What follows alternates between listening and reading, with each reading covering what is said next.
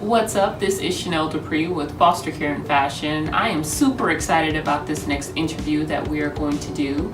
We are going to be speaking with Kansas State Senator Laura Kelly. She is running to be the next governor of Kansas. So definitely stay tuned as we hear all of her reasons and hear about her connection with the foster care system. Sitting with Senator Laura Kelly. So, Senator Kelly, you are doing something very statewide. What is that thing that you're doing? I am running for governor of the state of Kansas. Yes! Well, wonderful. So, can you give Kansans the top 3 reasons why they should vote Laura Kelly for governor? Well, first of all, I want them to know that this was not on my bucket list. I had no intention of doing this, but I got very concerned towards the end of last year when I looked at what we had on the ballot, and very concerned that we did not have a candidate who can ensure that Chris Kobach didn't become our governor or Jeff Collier remained our governor. And so given the experience that I have from my 14 years in the state Senate, and given the leadership skills I've demonstrated, and given the relationships that I've established over those 14 years, both inside and outside the Capitol, I was confident that I could get across the finish line in November, that I could defeat either one of them and help to put Kansas back together again. Okay. So, essentially it was... you were not very confident in the listing of folks that had thrown their name in the bucket. Right. There's some really quality folks, but I thought in the end I was the only one who had the profile and the experience, particularly, and the track record of having won in a red district. I run in the Senate district that is quite Republican, and I've been able to overcome that by just virtue of meeting with the people, letting people get to know me, them trusting me, and going ahead and giving me their vote, even though they're not of the same party. And that's what it's going to take to win in November. Right. We have Democrats, much as we might like to think we can elect a governor, we can't.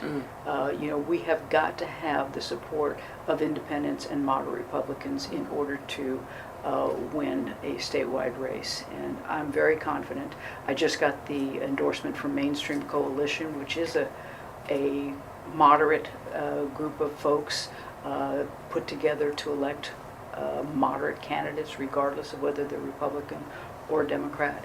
I think that speaks volumes for the support that I will get from the moderate Republicans as we're going towards November.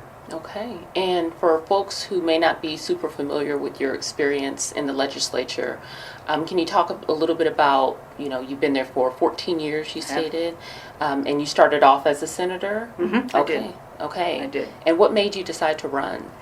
It was, one, I got asked, which is typical, a way that things work, but also because I had been watching the incumbent who represented my district do some things that I found unacceptable, most specifically cutting funding for our public schools.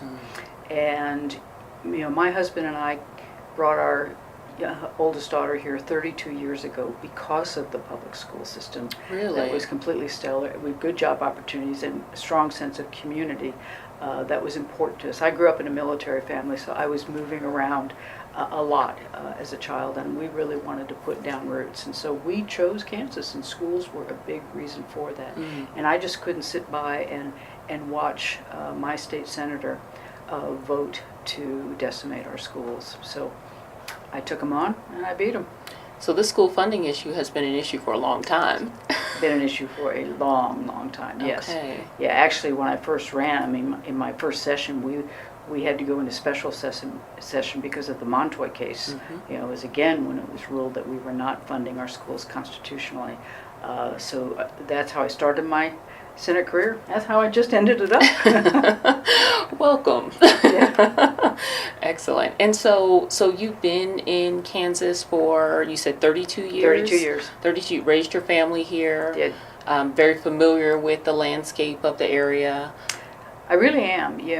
One of the when I first came to Kansas, we actually lived in Salina, And there I became the first executive director for the Kansas Recreation and Park Association. So for the next 18 years, I got to travel all over the state of Kansas, going into communities large and small and working with the local recreation departments to make things better in each of those communities and increase the quality of life. So I've been corner to corner, north, south, and I've seen it all and come to really appreciate it and love it all. Parks and Recs, I mean, they provide such a valuable service.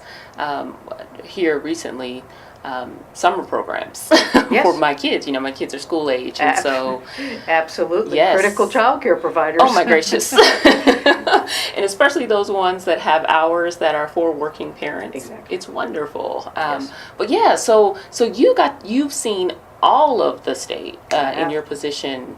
18 years working in that position. I have. Okay, that is excellent. It gives you a very, I think, a clear picture of Kansas then, if you've been to these different places. Yeah, it was a great way to really get to know my adopted state. Yeah. And really come to truly love it and value it and not want to see it continue down the path that we've been going down these past 8 years.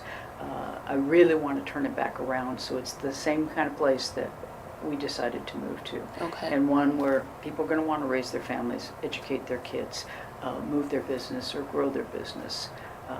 Kansas was like that, and it can be like that again. Excellent. Well, thank you, Senator Kelly, for those reasons why folks should vote Laura Kelly for governor.